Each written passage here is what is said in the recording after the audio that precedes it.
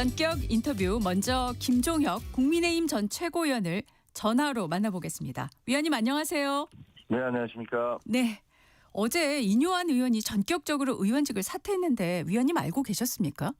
아니, 미리 알고 있지 못했죠. 아마 알고 있는 사람 거의 없었을 것 같습니다. 네.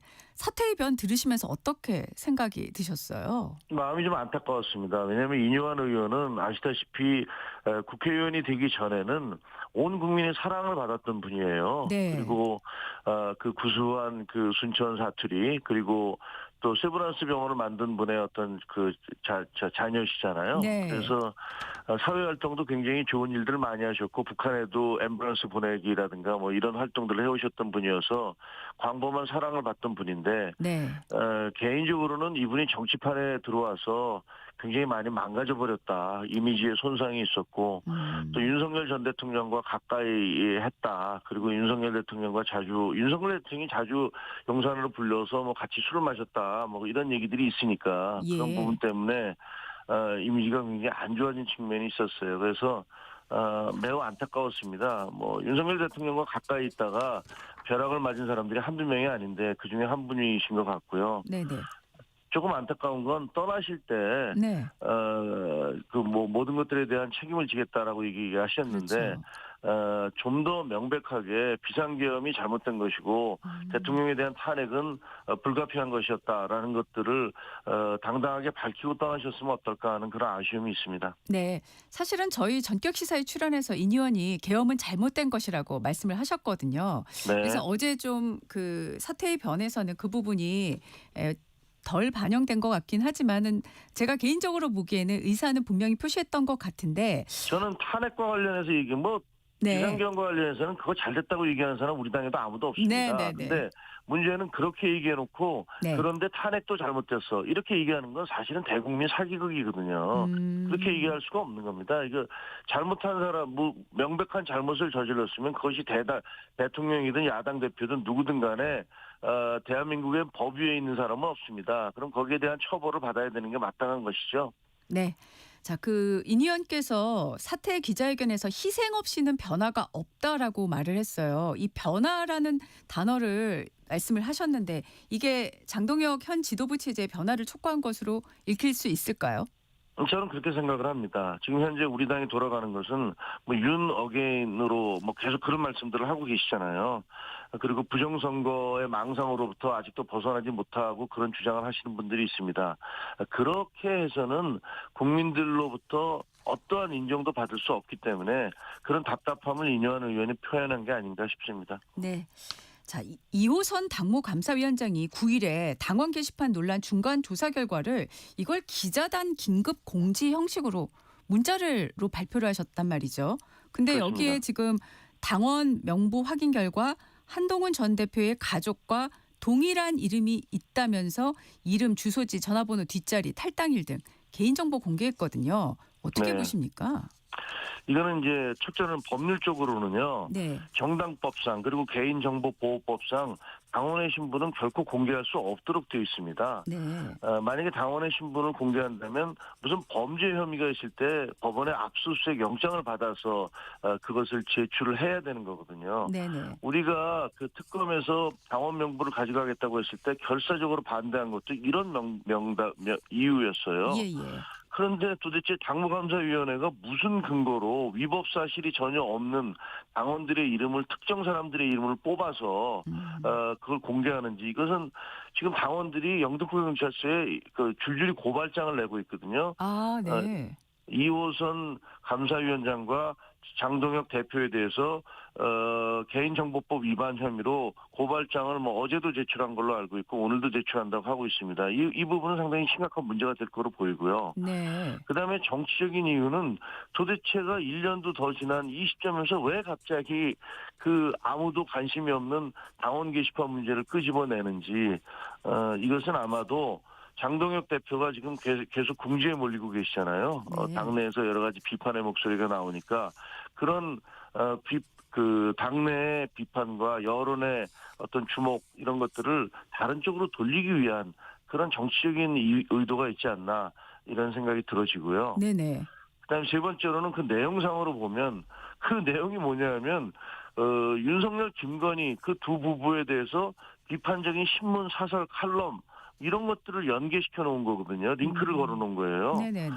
그런데 이게 도대체 왜 문제가 된다는 건지, 익명 게시판에 저 대통령이나 여사에 대한 비판을 할 수가 없는 것인지, 그때 당시에 그 게시판에는 한동훈 전 대표에 대해서는 뭐 살모사니 무슨 뭐 누구를 잡아먹었느니 해가면서 온갖 정말 입에 담을 수 없는 그건들이 난무했는데, 네. 그런 것들에 대해서는 아무런 그 지적이 없으면서 신문, 사설, 칼럼 기사를 링크해 놓은 것들이 문제가 있다라고 주장하는 것 자체가, 저는 뭐 법률적으로, 정치적으로, 내용상에 있어서 모두 말이 안 되는 그런 행동을 하고 계셔서 여기에 대한 책임을 그 당사자들은 지셔야 될 것이다, 이렇게 생각합니다. 네. 일각에서는 한동훈 전 대표에게 지방선거에서 공천을 주지 않으려는 의도가 있다, 이런 말을 하는데 어떻게 생각하세요? 그럴 가능성이 상당히 있죠. 왜냐하면 전혀 말도 되지 않는, 그리고 만약에 한동훈 전 대표의 가족과 이름이 같은 사람이 4명이 발견됐다. 그래서 그 사람들이 예를 들어서 그런 링크를 걸어놨다는 것과, 한동훈 대표는 거기 당원 게시판에 당원으로 그 가입돼 있지도 않았던 그런 사람인데 그게 무슨 상관이 있는 겁니까? 이게 대한민국에서 무슨 연좌제가 있는 겁니까? 아니면 그 가족들이 범죄를 저질렀다고 해도 다른 가족이 책임질 필요가 없는 것인데, 범죄도 아니고 아무것도 아닌 것들에 대해서 책임을 지라고 얘기하는 것이 상식적으로 납득이 되십니까? 좀 문제가 있다고 생각합니다. 네. 지금 의원님도 당무감사회로부터 당에 품위 실추시켰다면서 소명서 제출 통보받으셨잖아요. 예, 예. 소명서 제출하셨어요? 어제 냈습니다. 방송, 신문, 인터뷰 등에서 제가 했던 얘기가 당의 명예훼손을 하고 무슨 그 모욕을 했다, 뭐 이런 식의 주장인데, 윤호개인이나 부정선거에 망상해서 당이 벗어나야 된다. 그리고 당성을 강조하는 건 북한 노동당이나 하는 것이다. 저는 양심적으로 행동하겠다. 뭐 이런 식의 표현들이 도대체가 이게 왜 당의 명예를 훼손하는 건지 저는 이해할 수가 없고요. 그래서 뭐 굉장히 많은 질문을 보내오셨더라고요. 네. 그래서 거기에 대해서 제가 일일이 다 답변을 했습니다. 그리고 네.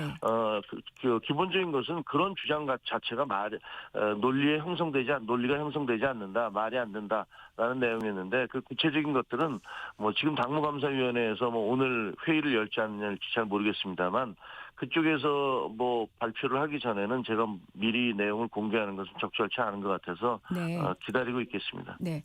혹시 당무감사위가 의원님에 대해 징계에 나서면 법적으로 대응하실 생각이십니까? 저는 뭐 바로 가처분 신청을 낼 거고요. 그리고 이것은 뭐 제가 여러 명의 변호사들과도 상의해봤는데 다들 너무 터무니없는 주장이어서 당무감사위원회의 주장이 가처분은 100% 받아들일 수밖에 없을 것이다. 기본적으로 이것은 징계의 대상이 될 수 없는 것이다, 라고들 얘기하더라고요. 네. 최근 국민의힘이 이제 당무감사위원장도 바꾸셨고, 지금 1년 전에 벌어졌던 당원 게시판 관련해서 지금 또 이런 행보를 보이고 있고, 여기에다가 그 장해찬 전 청년재단 이사장을 여의도 연구원의 부원장으로 내정했다는 이런 설까지 돌고 있는데, 이런 흐름들을 어떻게 보세요?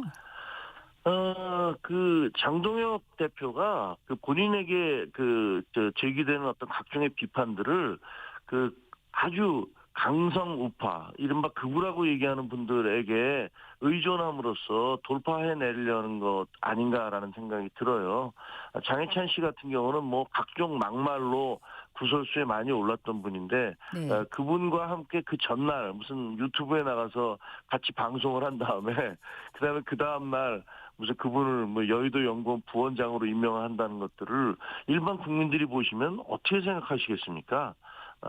저는 이런 식으로 국민들의 어떤 정서라든가 국민들의 감정과 동떨어진 마이웨이를 하는 것들이 정치적으로 올바르다는 생각은 전혀 들지 않지만, 그것은 뭐 당대표 본인의 판단이니까 거기에 대한 책임, 그리고 정치적 후과도 본인이 져야 될 것이다, 이렇게 생각합니다. 네. 16일에 초선 의원 42명이 당내 상황을 논의하기 위해서 모인다고 보도가 나왔는데, 네. 이게 탄핵 국면 당시에 비대위원장 후보 논의하기 위해 모인 이후로 처음이라는 그런 보도예요. 네. 어떤 내용들이 논의가 오갈까요? 무슨 뭐 현재 당 지도부의 어떤 그 방향, 방침 이런 것들에 대한 이야기가 있지 않을까 싶습니다. 12월 3일에 비상계엄 1주년을 앞두고 이미 25명의 초재선이 윤석열 전 대통령과 부부와 절연해야 된다. 네. 계엄 잘못된 것이고 탄핵 또 어쩔 수 없었다라는 그런 성명을 냈고 또 송원석 대표도 비슷한 자기 부대표들을 쭉 함께 나오셔서 똑같은 비슷한 성명을 내셨어요. 그때 그 부대표단에는 김은혜 의원, 네. 유상범 의원, 조지현 의원 등 이른바 친윤이라는 분들도 다 같이 있었거든요.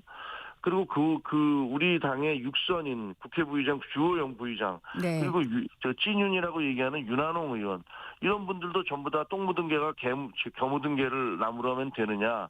그리고 윤석열 전 대통령은 폭정을 저질렀다. 계엄은 김건희 여사 때문에 한 것이다. 그리고 탄핵은 마땅했다. 이런 주장들을 하셨어요. 네네. 근데 지금 당내에서 장동혁 대표만 지금 전혀 그렇지 않은 계엄은 불가피한 것이었다라는 주장을 하고 계시잖아요. 이런 이유로 해서 우리 당의 지지도가 아주 장기간 동안 민주당 지지율의 절반에도 미치지 못하는 이런 기현상이 벌어지고 있는데 네. 지금 내년 지방선거를 앞두고 이런 상황을 그대로 갈 수는 없는 거 아니겠습니까? 그래서 의원들이 모여서 이 부분들에 대한 논의가 있지 않을까 이렇게 생각합니다. 네. 그 12.3 비상계엄 1년 때 송원석 원내대표는 사과 메시지를 냈지 않습니까? 근데 네. 장동혁 대표는 공식적인 메시지는 없이 SNS에 글만 올리셨단 말이죠. 근데 이걸 글도 두고 이제 네. 맞다 비상계엄이 잘못되지 않은 거라는 글을 올리셨죠. 이걸 두고 이제 투트랙 전략이다 이런 평도 있었어요. 그러면서 저는 장동혁 대표가 일정 시점이 되면은 변화할 수 있다. 이런 분석도 내놓은 분이 있는데 어떻게 생각하세요? 장동혁 대표 쪽의 전략은 취재를 해보면 이런 것 같아요. 12월 말까지 한동훈 전 대표와 한동훈 계라고 얘기하는 저 같은 사람들을 쉽게 얘기하면 정치적으로 정리를 하겠다. 그 정리를 해내고 난 다음에 그 다음에 중도층에게 좀 어필할 수 있는 전략을 그런 발언들을 하겠다라는 식의 주장인데 네. 가당치도 않은 얘기죠. 이게 예를 들어서 당에서 가장 합리적이고 중도적인 목소리를 내왔고 그리고 우리 당이 무슨 내란당이냐 하는 민주당의 비판으로부터 그걸 막을 수 있는 방패막이를 할 수 있었던 건 한동훈 대표가 12월 3일 날 계엄에서 보여줬던 그리고 한동훈 계가 보여줬던 그런 용기 있는 행동들 때문인데 그런 사람들은 다 손발을 묶어놓고 정치적으로 매장을 시킨 뒤에 그다음에 중도층에게 다가가겠다는 것들이 논리적으로 말이 됩니까? 그러니까 제가 보기에는 굉장히 허상을 쫓고 있다라는 생각을 합니다. 네. 추가로 지방선거 공천룰을 당심 70%로 지금 지방선거 추진단에서 개혁단에서 내놨지 않습니까? 이 네. 부분도 지금 말씀하신 것과 연계가 돼 있다고 생각하십니까? 네, 그렇게 생각하죠. 이건 여러 사람들이 서울시에 있는 당협위원장들, 국회의원들을 포함해서 당협위원장들도 이것은 잘못됐다라는 어떤 주장을 이미 내놓은 바 있고 또 자치단체장들도 이런 식으로 가면 우리 선거 폭망한다라는 입장들을 여러 명이 표시를 이미 하셨어요. 도대체 이렇게 바꾸는 건 누구를 위한 겁니까? 지금 선거기획단 단장이 나경원 의원이신 걸로 알고 있어요. 네. 나경원 의원이 서울시장에 나갈 그런 생각이 있으신 걸로 보도가 되고 있는데 그랬더니 룰을 이렇게 바꿔놓고 나경원 의원 나에 대해서는 5대5 룰을 적용하겠다. 이런 식의 정말 터무니없는 말씀을 하세요. 아니 다른 사람들 모두에게 룰을 바꿔서 7대3으로 하라고 해놓고서 나에 대해서는 5대5로 하겠다는 그런 주장을 하면 그게 말이 되겠습니까? 그래서 제가 보기에는 이런 식으로 민심과 점점 더 동떨어진 거꾸로 가는 행보를 보이는 것들은 그거는 전혀 당에 도움이 되지 않는다라고 생각을 합니다. 네. 자, 통일교 민주당 지원 의혹권에 대한 이야기로 질문을 좀 옮겨보겠습니다. 지금 오늘 아침에 이제 전재수 해수부 장관이 귀국하면서 해수부 장관 사퇴 사의 표명까지 하면서 당당하게 밝히겠다고 이렇게 얘기를 하고 있는데 지금 사실 거론된 인물들이 여야를 막론하고 이제 한 5분이 또 이름이 나오고 있지 않습니까? 그렇습니다. 네, 정치권과 통일교 유착 문제 어떻게 보고 계십니까?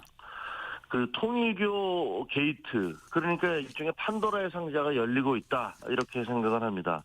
저는 기본적으로 특정 종교 집단이 돈으로 혹은 사람들을 보내줘서 표를 주겠다라는 식으로 이런 식의 비정상적인 방법을 통해서 정치권, 정당에 영향을 미치는 것들은 매우 잘못된 것이고 이번 기회에 네. 통일교로부터 금전적 지원을 받거나 그리고 통일교의 어떤 이상한 당원 지원 이런 것들이 명백히 다 밝혀져야 된다고 생각합니다. 대한민국의 정당 정치가 정상적이 되려면 네. 이런 이른바 사입이라는 평가를 받고 있는 그런 정당들이 그런 종교 단체들이 정당에 들어와서 자기들의 이익을 위해서 영향력을 행사하고 정치권을 좌지우지하려는 태도는 완전히 잘못된 것이라고 생각하기 때문에 명백히 진상이 밝혀져야 된다고 생각을 하는데요. 네네. 지금 문제는 뭐냐면 네. 지금 민중기 특검이 말이에요.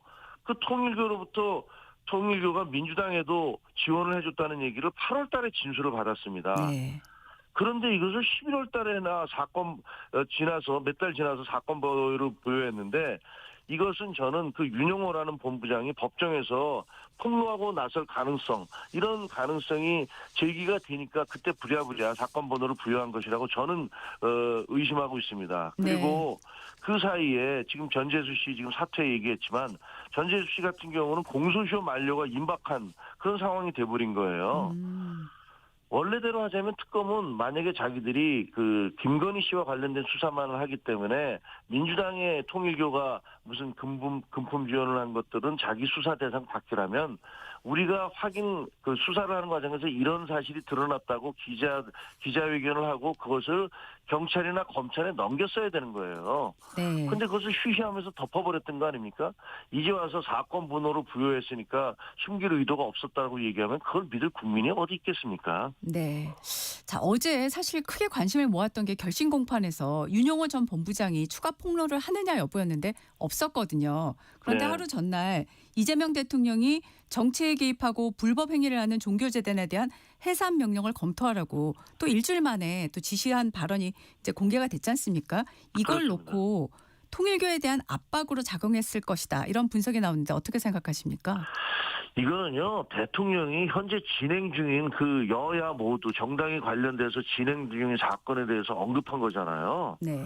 대단히 부적절하죠. 이거 대통령이 개별 사건에 대해서 언급한 것은 이거 무슨 가이드라인을 주는 것이냐라면서 그동안 민주당이 얼마나 비판을 해왔습니까? 이것은 일종의 정치적 겁박 행위로 보여지는 거예요. 네. 아니 그리고 대통령이 두 차례에 걸쳐서 이 통일교를 암시하면서 해산할 수 있다라는 얘기를 하고 계세요. 근데 보면 대통령이 당대표 시절에 직접 네. 통일교의 몇 인자라고 하는 사람에게 무슨 당에 어떤 자리를 주면서 임명장을 주는 사진이 공개되기도 했습니다. 예.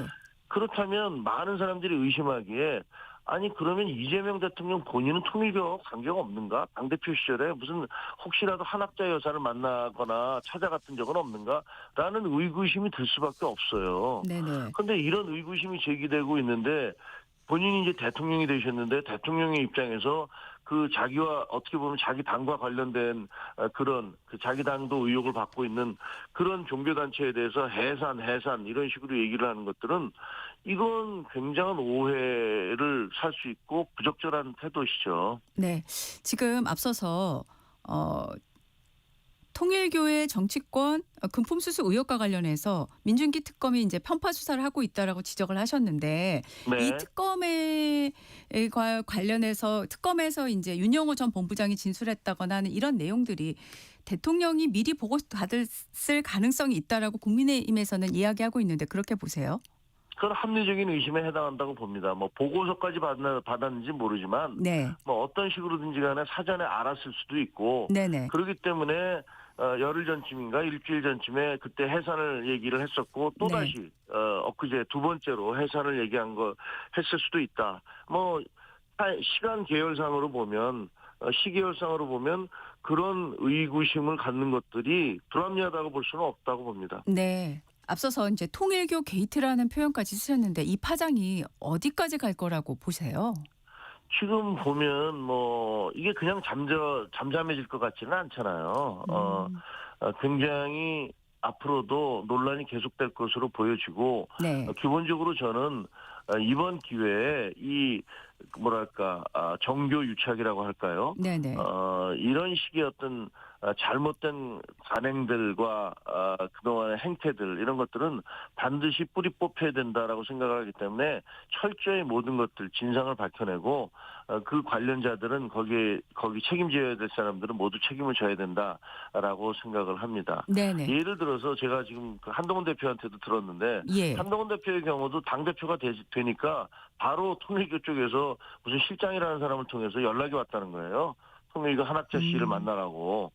그래서 아. 한동훈 대표 같은 경우는 그 무슨 소리냐 내가 왜 당신을 만나냐라고 하면서 거부했다고 하는데 보면은 이런 식으로 뭐 각 당의 대표가 바뀌든가 각 당에서 영향력 있는 사람들이 선출되거나 하면 이 종교단체에서 이런 사람들에게 우리 교단으로 와라 뭐 이런 식의 어떤 얘기를 하면서 네네. 이런 사람들에게 나중에 보면 뭐 금전적인 것들을 제공했다는 거 아닙니까? 그리고 무슨 또 각 당에다가 뭐 너 선출될 수 있도록 우리 다 뭐 교인들을 보내줄게 이런 식의 어떤 제안도 했다는 사실이 드러나고 있기 때문에 네네. 정치인으로서 이런 부분들을 제대로 끊지 못하고 거기에 얽혀 들어간 분들은 거기에 대한 정치적 책임을 져야 된다. 또 법률적 책임이 있다면 그것도 벗어날 수 없다 이렇게 생각합니다. 네. 자, 국회 상황에 대한 질문으로 좀 옮겨보겠습니다. 9일 정기국회 마지막 날 이제 필리버스터가 중단과 재개를 반복했는데 이 과정에서 우원식 의장이 나경원 의원의 필리버스터를 중단시키는 조치를 했어요. 이거 어떻게 보셨습니까? 일단은 나경원 의원께서 그 국회의장에게 필리버스터를 하러 가면서 인사도 하지 않은 건 잘못이라고 생각을 해요. 네. 그리고 무선 마이크를 왜 가지고 오셨는지 잘 모르겠는데 그것도 적절한 일이 아니었죠. 그리고 국회의장이 연설 도중에 워낙 고함을 치시니까 잠깐 중단해봐라라고 했는데 그것을 무시하고 또 계속 말씀을 하신 거는 이런 거는 잘못했다고 생각을 해요. 하지만 네. 필리버스터 자체를 국회의장이 중단시킨 것은 이건 61년 만에 처음이라는 거 아닙니까? 네. 아니 도대체 국회의장이 무슨 권한으로 필리버스터를 중단을 시키시는지 그건 이해가 되지 않습니다. 얘기가 이거잖아요. 민생법안을 얘기 안 하고 네네. 민생법안 얘기하면서 왜 필리버스터를 하느냐. 아니 그동안에 민주당이 필리버스터 할 때 그런 기준에 따라서 하셨습니까? 필리버스터라는 것들은 그 자체가 소수 정당이 거대 정당에 맞설 수 있는 국회 내에서 보장된 그런 권리 중에 하나예요. 그게 예. 만약에 잘못됐다면 법안을 바꾸면 되는 겁니다. 네네. 그런데 민주당도 그동안에 뭐 예를 들면 필리버스터를 하면서 책을 읽는다든가 뭐 공판 조서를 갖다가 줄줄이 읽는다든가 이런 식으로 하면서 압박을 가해 왔습니다. 근데 특별히 나경원 의원에 대해서만 무슨 뭐 민생법안 얘기하면서 왜 필리버스터를 그렇게 엉뚱한 얘기를 하느냐 이렇게 주장하는 것은 논리적으로 앞뒤가 안 맞는다고 생각해요. 네. 오늘 이제 임시국회가 예정돼 있는데 이제 더불어민주당은 필리버스터를 하더라도 민생 법안뿐만 아니라 이제 쟁점 법안 중에 일부 통과시키겠다는 입장이고 당에서는 전체 법안에 대해서 필리버스터를 한다는데 지금 필리버스터 외에 천막 농성도 하고는 있긴 하지만 사실 뾰족한 수가 그렇게 보이지는 않는 것 같거든요.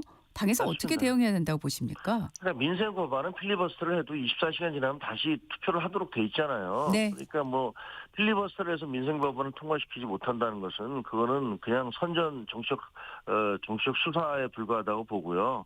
그다음에 민주당은 입만 열면 내란 정당 해산하겠다, 내란 척결하겠다, 내란이 진행 중이다 이런 얘기 하시고 있지 않습니까? 네네. 아니 언제 한번 민주당이 지금 현재 뭐 부동산 가격이라든가 혹은 우리 경제 문제라든가 소상공인 문제라든가 이런 것들을 구체적으로 지적하면서 거기에 대한 그런 그 걱정이나 우려를 표시한 적이 있습니까? 제가 기억하기엔 없습니다. 그냥 맨날 자기들끼리 싸우면서 그리고 국민의힘 공격하는 거에만 집중해 네. 오시지 않았습니까? 네. 그러다가 갑자기 무슨 뭐 본회의 열리니까 민생 법안을 통과시키려고 그러는데 왜 필리버스터를 하느냐라는 식으로 알겠습니다. 주장하는 건 네. 네, 위원님 오늘 말씀 여기까지 듣겠습니다.